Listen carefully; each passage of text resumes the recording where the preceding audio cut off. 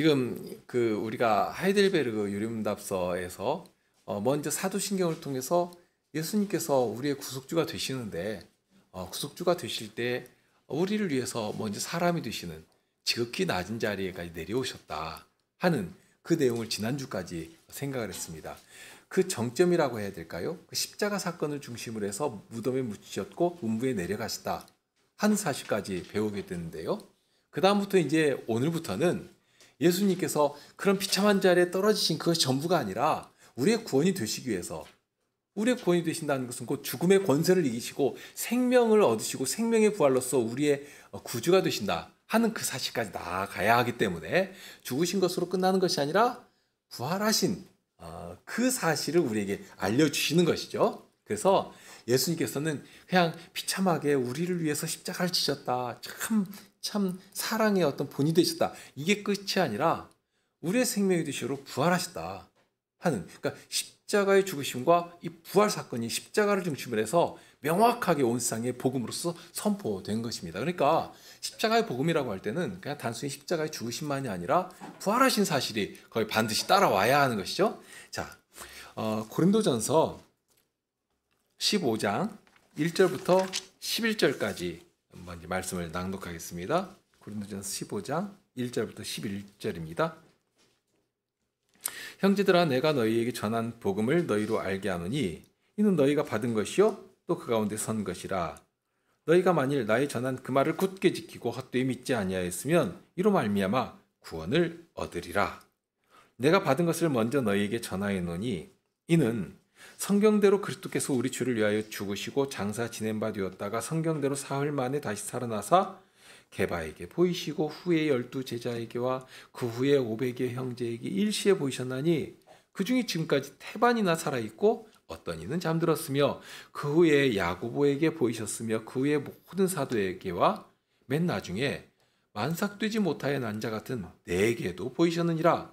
나는 사도 중에 지극히 작은 자라. 내가 하나님의 교회를 핍박하였으므로 사도라 칭함을 받기에 감당치 못할 자루라. 그러나 나에다 된 것은 하나님의 은혜로 된 것이니 내게 주신 그의 은혜가 헛되지 아니하여 내가 모든 사도보다 더 많이 수고하였으나 내가 아니요 오직 나와 함께 하신 하나님의 은혜로라. 그러므로 내나 저희나 이같이 전파함에 너희도 이같이 믿었느니라. 자, 예수님께서 부활하셨는데요. 부활하신 사실을 이야기하기 위해서는 필연 예수님께서 십자가에 죽으셨다는 사실을 말하지 아니할 수가 없습니다. 그러니까 죽지 않고서 다시 산다 하는 일은 있을 수가 없는 것이죠. 그러니까 이것이 굉장히 중요한 관계입니다. 부활이 아주 환영할 만한 일이고 기쁜 일이지만 그러나 그 전에 예수님께서 죽으셨다 하는 사실이 가리키는 분명한 현실이 있는 것입니다. 왜 죽으셔야만 했는가 하는 것이죠. 예수님께서 하신 말씀이 있는데요. 마태복음 9장 12절 13절에 보면 예수께서 들으시고 이르시되 건강한 자에게는 의원이 쓸데없고 병든 자에게라야 쓸데있느니라. 너희는 가서 내가 긍휼을 원하고 제사를 원치 아니하노라 하신 뜻이 무엇인지 배우라. 내가 의인을 부르러 온 것이 아니요 죄인을 부르러 왔노라. 건강한 사람에게는 의사가 필요가 없지 않습니까? 아픈 사람에게는 가까이에 의사가 있다면 그것이 정말로 힘이 되고 위안이 됩니다. 마치 그처럼 예수님께서 우리를 가까이 하시고 우리를 찾아오신 이유가 무엇이냐 하는 것을 알려주십니다. 예수님은 죄인을 부르러 오셨습니다. 죄인이 아니라면 예수님이 전혀 필요가 없습니다. 그런데 문제는 의인이 있는가? 아니, 하나라도 있는가? 의인이 없으되 하나도 없다 하는 것이 명확한 선포거든요. 이것이 모든 인생의 현실이라 하는 것입니다. 그러니 모든 인생이 죽음의 종로로 타다가 사망 아래 사로잡혀가는 것 아니겠습니까? 그런데 예수님께서 부활하셔서 이제 예수님 안에 있는 모든 사람들은 소망을 가질 수 있게 되었습니다. 예수님께서 죽음을 이기시고 부활하시고 부활의 생명을 모든 믿는 자들에게 주시는 것이고, 그러니 이제 죽은 자들이 예수님 안에서 다시 살 수 있는 부활의 소망을 가질 수 있게 되는 것입니다. 자, 여기서 말씀드리고 싶은 것이 있는데요. 우리가 모두 죄로 죽었지 않습니까? 정말 죄로 죽은 자들이었습니다. 우리의 모습이. 그런데 예수님의 부활 안에 담아놓으신 구원의 영광을 알게 되면 어떤 면에서는 오히려 죽은 것이 이게 참 오히려 잘된 것이 아닌가 할 만한 일이 되어버렸습니다. 어떻게 보면 전화위복이죠. 죽으면 그것이 절망이고 끝이어야 합니다. 그런데 예수님께서 부활하시니까 오히려 우리가 죽은 것이 이것이 잘된 일 아닌가 하고 싶은 정도가 될 정도로 무엇인가 하면 바로 무엇 때문인가 하면 바로 여기 답이 있는데요. 우리가 죽지 않았다면 예수님의 부활과 상관이 없게 될 뻔했기 때문이라는 것입니다. 그러니까 죄인이기 때문에 예수님께서 우리를 찾아오시고 예수님 안에서 우리로 부활의 산소망을 가질 수 있게 해주셨다 하는, 그러니까 죽은 덕분에 어떻게 보면 예수님의 이 부활의 생명을 입을 수 있게 된 것입니다. 이게 참 기이한 일이거든요. 자, 여기서 강조점은 죄로 죽어서 참 잘됐다 이게 아니고요. 그것이 아니고 예수님의 부활이 이만큼 큰 것이구나. 거기에 강조가 있는 것입니다. 그만큼 예수님의 부활의 생명이 능력이 있고 참으로 복된 일이고 정말 얼마나 귀하고 아름답고 능력 있는 일인가, 이걸 강조해서 드리는 말씀입니다. 성신님으로 인해서 우리가 예수님의 이 영광, 부활의 생명의 자리까지 참여하는 이 자격을 그냥 한순간에 얻을 수 있게 되었으니까 더더욱 그런 것입니다. 정말 예수님의 이름을 부르기만 하면 되거든요. 얼마나 놀라운 일입니까? 순간 그냥 죽음에서 어둠에서 생명의 나라로, 빛의 나라로, 아드님의 나라로 딱 옮겨 주신 것이니까요. 이렇게 예수님의 부활은 예수님이 죽으셨다 하는 사실을 배경으로 하고 있고, 우리가 얼마나 비참한 자였는가, 이것이 우리 죄의 현실, 그것과 정말 긴밀하게 연결되어 있는 것이죠. 우리가 죽었지만, 죄로 말미암아서 분명 죽어 있었는데, 그런데 예수님 안에서 큰 소망을 가질 수 있는 정말 복된 소식이 되었다 하는 것입니다. 예수님의 부활하신 사실로 인해서 죽음 아래 사로잡혀 있는 어느 누구도 부활할 소망을 가질 수 있게 되었습니다. 그 이름을 부르기만 하면, 예수님을 믿기만 하면, 회개하는 세례를 받기만 하면 되는 것입니다. 이것이 분리되는 것이 아니라 하나거든요. 예수님께서는 유월절이 있는 안식일 전날 십자가에 달리셨죠? 성경의 기록대로 보면 아침 9시경에 십자가에 달리시고 약 3시간 동안 말할 수 없는 고통 가운데 계셨는데 정오가 됩니다. 그러면 태양이 정점에 있게 되고요. 그러면 이때가 우리 원력으로 치면 4월 초나 중순경이 될 것이고, 이스라엘 지역으로 하면 굉장히 무더워지는 계절입니다. 그러니까 막 장렬하는 태양빛을 고스란히 그대로 맞아야 하는 그런 시간입니다. 우리나라 한여름 7월 말이나 8월 초 같은 경우 정오의 태양빛이 얼마나 막 정말 사람을 태워 죽일 정도로 강하잖아요. 그래서 비견할 만한 그런 시간이거든요. 그런데 12시가 되었을 때 갑자기 태양빛이 그냥 사라져 버립니다. 깜깜한 어둠이 십자가 주위를 온통 감싸게 되는데요. 그런데 그러한 어둠이 임한다는 사실이 상징적으로 보여주는 것이 있습니다. 예수님께서는 그 어둠 가운데서 하나님의 모든 진노를 다 받으시는데요. 그러니까 첫째로는 빛이신 하나님의 생명의 빛이 그 자리에서 완전히 사라져버린 것입니다. 좀 빛이신 하나님 아닙니까? 그런데 빛이 사라져버렸습니다. 그 사실을 누구라도 다 보게 하셨습니다. 하나님께서 외면하신 것이죠. 그렇게 예수님을 홀로 어둠에 버려버리신 것입니다. 그러니 자연적으로도 거기에 어둠이 가득하게 되었습니다. 마치 빛이 오면 어둠이 물러가는데 오히려 반대로 빛이신 하나님께서 외면해 버리시니까, 그러니까 저절로 그 자리를 깜깜한 어둠이 차지하고 들어오는 것입니다. 그리고 이 어둠은 단지 그것만이 아니라 예수님의 수욕과 고통을 가려주고 있습니다. 자칫 예수님의 고난을 육적인 일로만 이렇게 그 접근하려고 하는 사람들이 많았습니다. 예수님께서 얼마나 아프셨을까? 그 십자가에서 손에 못이 박히고 막 발에 못이 박히고 얼마나 아프셨을까 하는 이런 식으로 접근하려고 하는 것이죠. 그런데 깜깜함이 주위를 감싸니까 예수님의 고난의 신비가 가려집니다. 그러니 그 고난의 순간을 실은 사람들이 육적인 눈으로 정확하게 볼 수가 없게 되었습니다. 이렇다 저렇다 말할 수가 없게 되는 것이죠. 어둠이 임하고 어둠 가운데서 예수님께서는 정말 외로이 홀로 하나님의 진노의 짐을 고스란히 지고 가시는 것입니다. 이렇게 어둠이 예수님의 십자가의 형벌을 가리고 있는데요. 그렇게 12시경부터 어둠이 임하고 대략 오후 3시경 예수님께서 다 이루었다 하는 말씀을 하시게 되면서 마지막에 내 아버지여 내 영혼을 아버지 손에 부탁합니다 하는 말씀을 하시고 운명하시게 됩니다. 그러니까 어찌 보면 이제 다 이루었다 하는 말씀을 하시고서 영혼이 떠나가시게 되는 건데요. 그렇게 예수님께서는 운명을 하십니다. 그러면서 이런 모든 과정을 누구보다도 가장 가까이서 본 사람들이 로마 군인들이었습니다. 다른 사람들은 좀 멀리 떨어져서 보고요. 로마 군인은 직접 그 아래에서 예수님의 옷도 제비 뽑아서 나누고 그랬지 않습니까? 그러니까 직접 본 것입니다.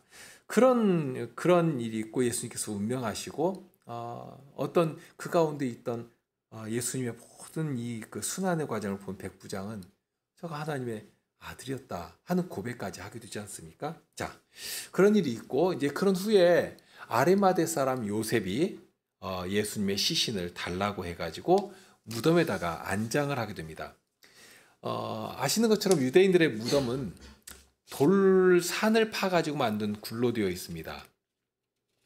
돌이 우리나라 돌처럼 뭐 현무암이나 화강암이나 이런 아주 단단한 돌이 아니라 약간은 석회암 같은 이게 무른 돌로 되어 있습니다. 그래서 그나마 우리나라보다는 좀 이렇게 굴을 파기가 쉬운 편인데요. 그렇게 돌을 파내가지고 굴을 만들어서 거기에 안장을 하게 됩니다. 그렇게 할 때 시신 한 구만 그 무덤에 안장을 하는 것이 아니라 굴을 크게 파내니까 먼저 그 입구 쪽에 시신을 안장을 하고 그러니까 세마포 같은 것으로 이렇게 미이라처럼 만들어 가지고 안장을 하고 그리고 시간 지나서 이 탈골이 되면 그 탈골된 시신은 그 무덤 안쪽에다가 모시고 또 새로운 시신을 이렇게 거기다 안장을 하고 이렇게 해서 많은 시신을 한 무덤 안에 안장을 하는 것이 이 이스라엘의 전통적인 장례 방법입니다. 그렇게 해서 무덤이라고 하면 우리나라는 땅을 파고 거기에 묻고 분봉을 올리고 이렇게 한 구밖에 안 되는데 뭐 기껏해야 2구 정도 되겠죠. 그런데 이스라엘은 이렇게 하나의 굴에 여러 시신 그래서 가족 조상들 대대로 이렇게 한 무덤을 사용하는 일이 흔했습니다. 그런데 이 아리마대 사람 요셉이 예수님을 위해서 이렇게 내놓은 무덤은 한 번도 사용하지 않은 무덤이라고 했습니다. 이것이 얼마나 귀한 일인가 하면 예루살렘은 지금은 더 말할 것이 없죠. 그런데 예수님 당시에도 이미 이 예루살렘이 굉장히 오래된 역사가 오래된 도성이었습니다. 그래서 한 번도 사용하지 않은 무덤을 찾기가 어려웠습니다. 그런 곳에 빈 무덤이라고 하면 이것은 그냥 아무나 구할 수 있는 무덤이 아니고요. 그러니까 돈을 치른다고 해서 무덤을 살 수 있는 것이 아니고, 그러니까 값도 값이지만 그만큼 희귀한 무덤입니다. 그래서 아마 굉장한 값을 주었을 것이 틀림없습니다. 그런 무덤을 예수님을 안장하기 위해서, 원래는 자기가 묻히기 위해서 마련한 무덤이었는데 그 무덤을 예수님을 위해서 드린 것입니다. 이것도 또한 참으로 귀하고 아름다운 헌신이죠. 그렇게 무덤에 안장을 하게 되는데 유대 지도자들이 예수님이 죽은 사실을 확인해 놓고도 고민과 걱정이 많았습니다. 무엇인가 하면 예수님께서 평소 하시던 말씀을 이 유대 지도자들이 그냥 무시하고 지낸 것이 아니라 다 모니터링 했거든요. 특히 이제 예수님께서 다시 사신다는 그런 말씀을 하신 것을 유대 지도자들이 다 알고 있었습니다. 그래서 이제 걱정이 무엇인가 하면 혹시라도 이 사람들은 부활을 믿지 않는 사람들이니까 혹시라도 제자들이 예수님의 시신을 훔쳐가고서는 다시 사셨다 하고 그런 말을 퍼뜨릴지 모른다 하고서는 철통같이 이 무덤을 지키겠습니다. 그래서 로마 총독에게 가서 허락을 받아가지고 무덤 문도 아주 무거운 돌로 딱 막아놓고 또 막은 무덤에 이 관료의 인장도 딱 쳐가지고 아무도 문을 열지 못하게 하고 그러니까 로마의 권위로 딱 막아놓은 것이죠. 그러면서 자기들의 병사를 보내가지고 정말 개미 한 마리 얼씬거리지 못하게 그렇게 지키도록 했습니다. 그렇게 이제 해가 지니까 안식일이 시작되죠. 그러니까 금요일 저녁 해가 지기 전에 예수님의 이 모든 안장의 그 예식이 다 끝나고 무덤을 봉인을 하고 그렇게 해가 지면서부터 이제 안식일이 이제 시작이 됩니다. 그렇게 밤이 되고 오늘로 치면 토요일이 되고 토요일 밤이 되면서 해가 지고 그런데 아무 일도 일어나지 않았습니다. 그렇게 만 하루가 지나고 이제 그 다음에 주일, 오늘로 치면 주일이죠. 안식일이 지난 첫날 이른 아침입니다. 새벽에 미명이라고 했는데요. 그러니까 어스름하니 여명이 밝아오던 그런 때에 예수님께서 부활하신 것입니다. 그런데 부활하실 때에 은밀하게 아무도 모르게 이렇게 조용조용히 부활하지 않으셨습니다. 당장에 거기 지키고 있던 병사들이 다 알도록 부활하셨거든요. 땅이 흔들리고 무덤을 꽉 막아놨던 그 돌문이 옆으로 그냥 훅 하니 굴러 떨어져 버리고 그렇게 해서 부활의 증거를 삼게 하셨습니다.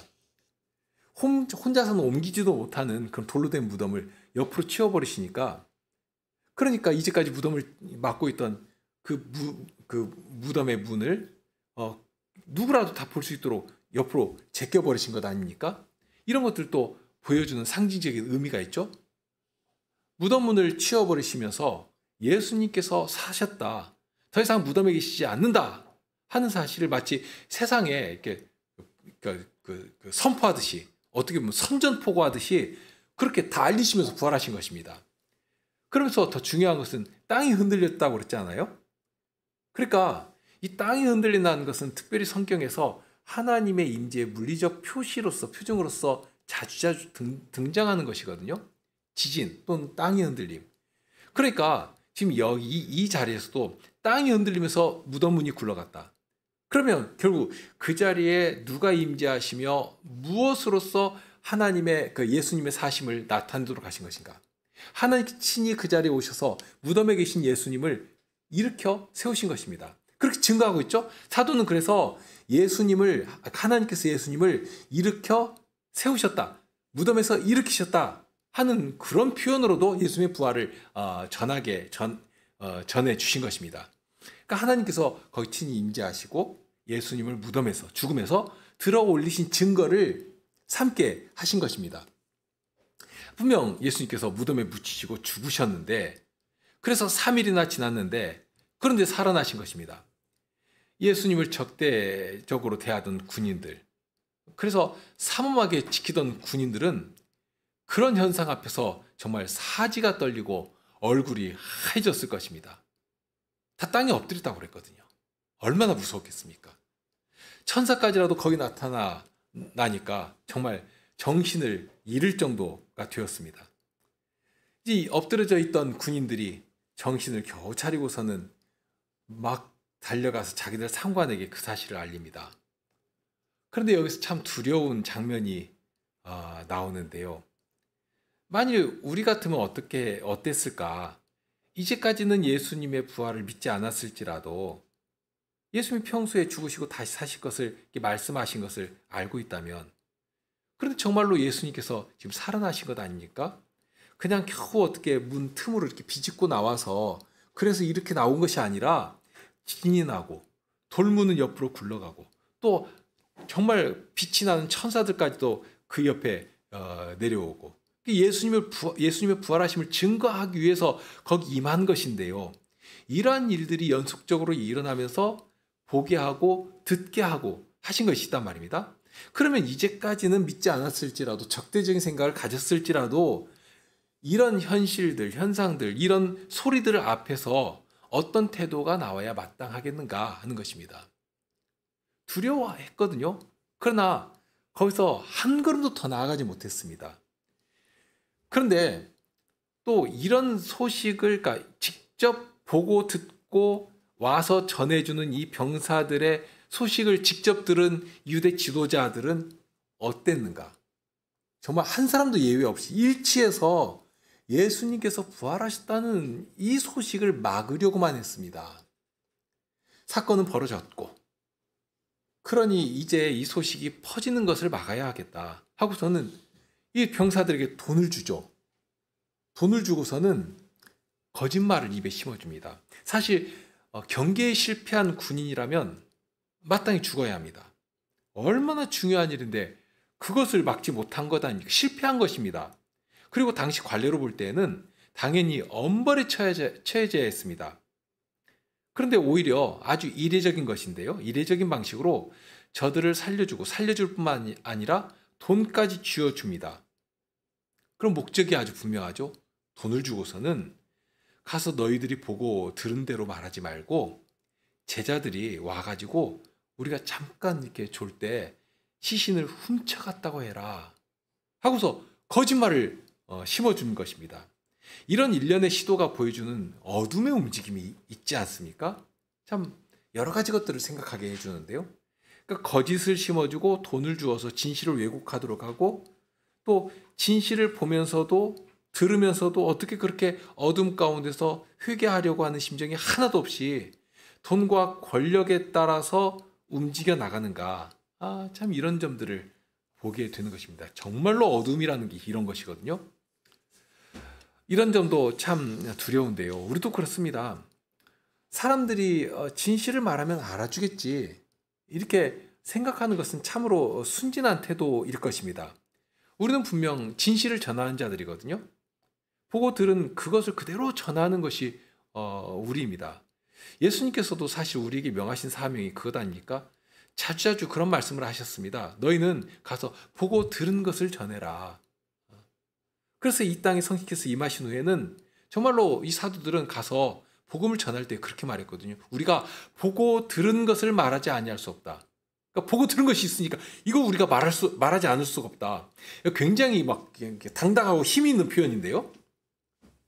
다만 우리는 단순히 보고 들은 것을 말하는 사람들이 아닙니다. 그러니까 진실이니까 그래서 말하는 것이 아니라 이것은 진리이기 때문에 선포하는 것이거든요.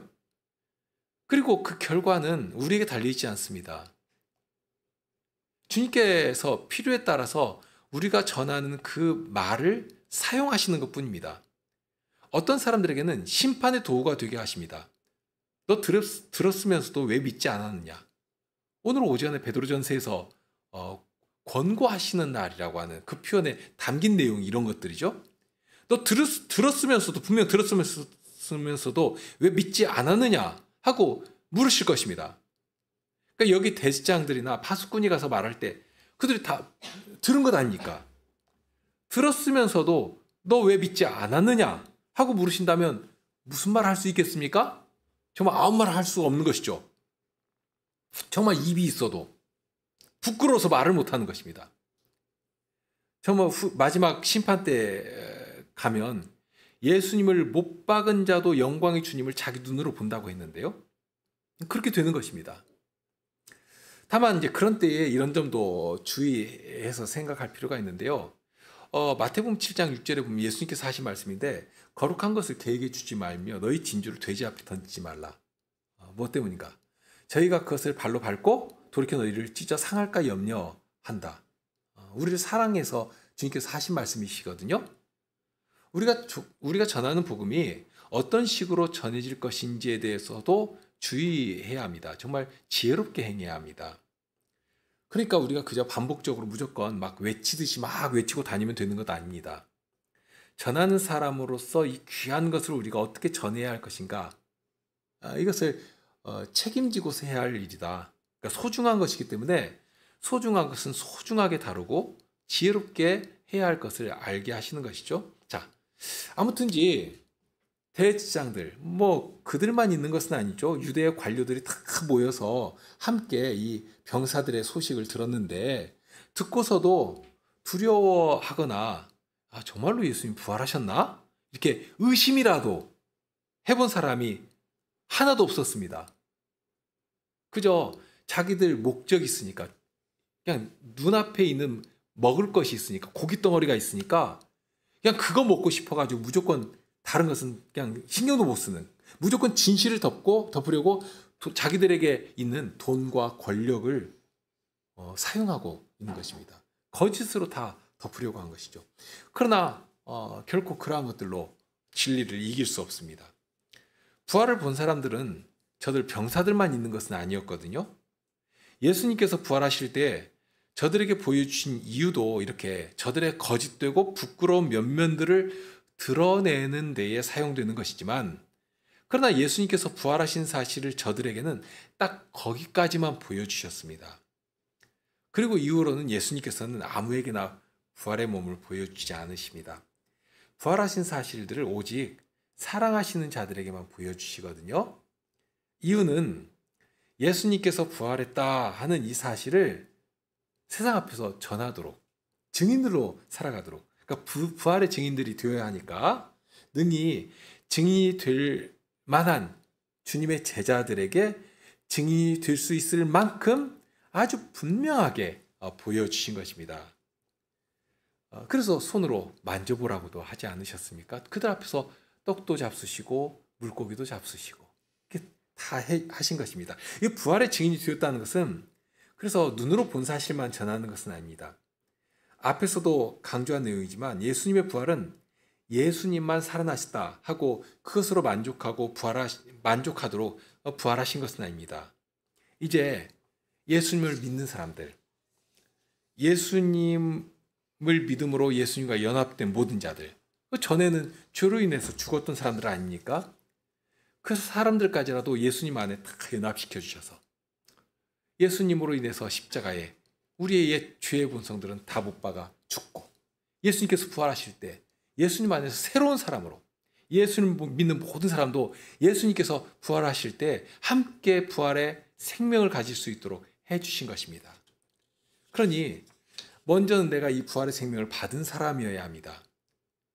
자기가 가진 생명이 있어야 그 생명을 정말 확신 가운데 전할 수 있지 않겠습니까? 내가 희미하면 무슨 말을 하더라도 자신이 없거든요. 이게 긴가 민가 떳할 수가 없죠. 무슨 물건 하나를 팔더라도 이 물건에 대해서 아주 확신이 있어야 팔 수 있지 않습니까? 뭐 사기꾼들이야 뭐 그러지 않겠지만 이 소소한 것 하나를 팔지라도 이 자신이 있어야 하거든요. 확실해야 하거든요. 하물며 부활의 복음을 전하는데 확신이 없으면 어떻게 전하겠습니까? 그리고 부활의 복음이라고 하는 것은 우리에게 확신 가운데 임하는 것이니까요. 그래서 그렇게 자기가 가진 생명이 있어야지만 그 생명을 당당하게 확신을 가지고 전할 수가 있는데, 그래서 사도들이 서슬이 펄은 관료들 앞에서도 그렇게 했습니다. 우리는 우리가 보고 들은 것을 말하지 않을 수가 없다. 정말 이 사도들을 당장 죽일 수도 있는 그런 관료들 앞에서 그렇게 힘있게 전할 수 있었던 이유가 그것이 어디에서 나오는 것인가? 먼저는 보았습니다. 직접 눈으로 보았고 손으로 만졌고 자기 귀로 예수님의 음성을 들었습니다. 그런데 그것만 있는 것은 아닙니다. 약속하신 대로 성신님으로 저희와 함께 하셔서 예수님은 이제 더 이상 눈에 보이지 않으시지만 그래서 하늘로 올라가시지 않습니까? 올라가셔서 더 이상 눈으로 볼 수가 없습니다. 예수님께서 다시 오실 때까지는 그 누구도 이 땅에서 볼 수가 없는 것이지만, 그러니 눈으로 볼 수 없을지라도 그러나 눈으로 보는 것보다도 더 분명하고 더 확실한 사실로 우리와 함께 해주시는데 성신님으로 우리와 함께 해주시는 것입니다. 많은 증거가 있겠지만 베드로 사도가 전한 말씀이 이렇습니다. 베드로전서 1장 7절로 9절인데요. 너희 믿음의 시련이 불로 연단하여도 없어질 금보다 더 귀하여 예수 그리스도에 나타나실 때 칭찬과 영광과 존귀를 얻게 하려 함이라. 예수를 너희가 보지 못하였으나 사랑하는도다. 이제도 보지 못하나 믿고 말할 수 없는 영광스러운 즐거움으로 기뻐하니 믿음의 결국 곧 영혼의 구원을 받음이라. 이렇게 말씀하셨죠. 눈으로 보지 못하였으나 사랑하는 거 있지 않느냐? 요한 사도는 요한일서 4장 7절 이하에 이런 말씀으로 또 가르쳐 주십니다. 사랑하는 자들아, 우리가 서로 사랑하자.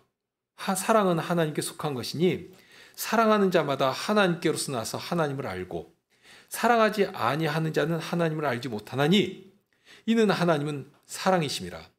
하나님의 사랑이 우리에게 이렇게 나타난 바 되었으니 하나님이 자기의 독생자를 세상에 보내심은 저로 말미암아 우리를 살리려 하심이니라. 사랑은 여기 있으니 우리가 하나님을 사랑하는 것이 아니요 오직 하나님이 우리를 사랑하사 우리 죄를 위하여 화목제로 그 아들을 보내셨습니다. 사랑하는 자들아, 하나님이 이같이 우리를 사랑하셨은즉 우리도 서로 사랑하는 것이 마땅하도다.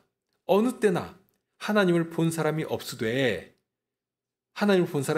만일 우리가 서로 사랑하면 하나님이 우리 안에 거하시고 그의 사랑이 우리 안에 온전히 이루느니라. 그의 성신을 우리에게 주심으로 우리가 그 안에 거하고 그가 우리 안에 거하시는 줄을 아느니라. 우리가 그 안에 거하고 그가 우리 안에 거하는 사실을 안다고 했습니다. 어떻게 아는가? 주님의 성신, 하나님께서 예수님의 성신을 우리에게 주시니까 하나님을 사랑하는 심정이 우리 안에 일어나고 그 사랑을 전하며 우리가 서로 사랑하며 사랑의 사귐 가운데 들어가는 그런 정말 복된 사회를 이루어가고 있지 않은가. 그러니 이 사실을 더 확증하고 더 분명하게 나타내는 그런 방법이 어디 있는가. 하나님의 말씀을 쫓아서 정말 서로 사랑하는 거기에서부터 이러한 확신이 더 일어나는 것입니다. 말로만 하는 것이 아니라 행함과 진실함으로 하라 하신, 그럴 때 이 하나님의 사랑을 더 굳게 하며 더 큰 확신 가운데 살아갈 수 있게 되는 것입니다.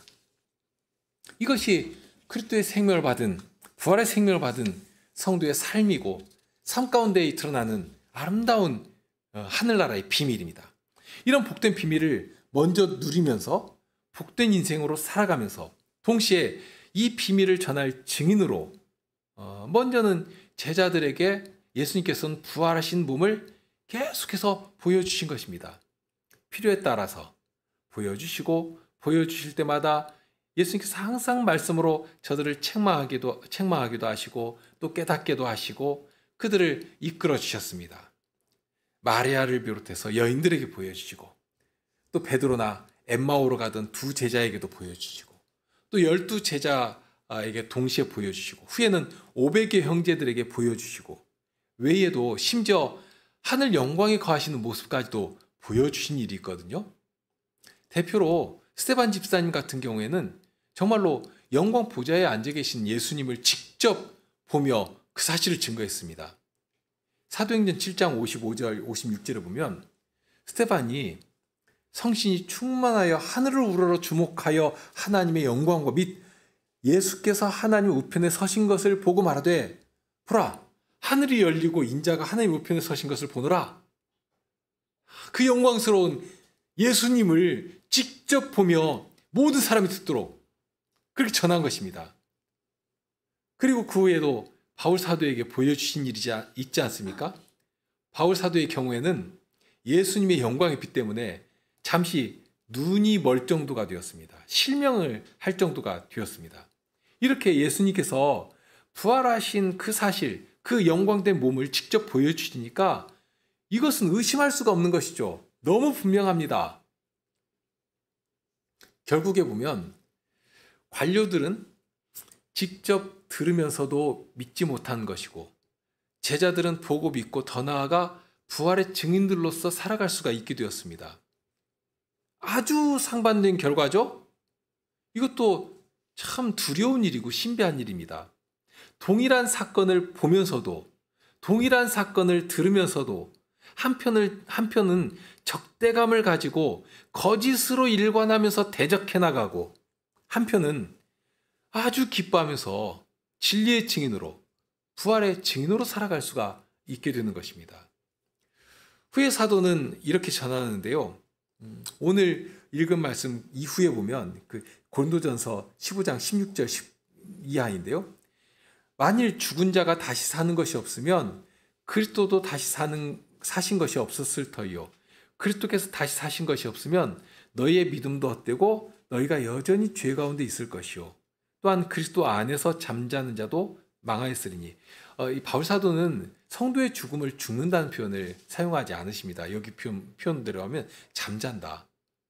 정말 잠시 자는 것이거든요. 그런데 그 잠자는 자도 그리스도께서 부활하신 사실이 없다면 그런 자도 망하였으리니, 만일 그리스도 안에서 우리의 바라는 것이 다만 이 생뿐이라면 모든 사람 가운데 우리가 더욱 불쌍한 자리라. 그렇죠? 이 땅의 끝이라면 얼마나 불쌍합니까? 일평생 나그네로 살다가 그렇게 이리저리 옮겨 다니면서 정치 없이 흘러가다가 죽는 것이 우리 성도의 삶인데, 이 땅이 전부라면 얼마나 비참하고 불쌍합니까? 그런데 그것이 아니라는 것입니다. 우리에게는 영원히 변치 않는 영광스러운 소망이 있지 않습니까? 만일 예수님께서 부활하지 않으셨다면 어떨 뻔했겠는가 하는 큰 안도가 묻어나오는 그런 말씀이죠. 소망이 없이 죽을 뻔했습니다. 아주 비참한 불쌍한 자가 될 뻔했습니다. 그런데 예수님께서 죽은 자들 가운데서 부활하시니까 그것이 우리에게도 동일한 소망이 되고, 그래서 우리가 전에 죽었었는데 이제 부활의 생명을 가지고 예수님의 영이신 성신님으로 우리도 예수님과 함께 부활하게 되고, 그렇게 예수님의 생명을 가진 예수님의 사람으로 살아갈 수 있게 된 것입니다. 이 생뿐만 아니라 죽어서까지 소망이 되는 그런 말씀을 주신 것입니다. 함께 기도하실까요?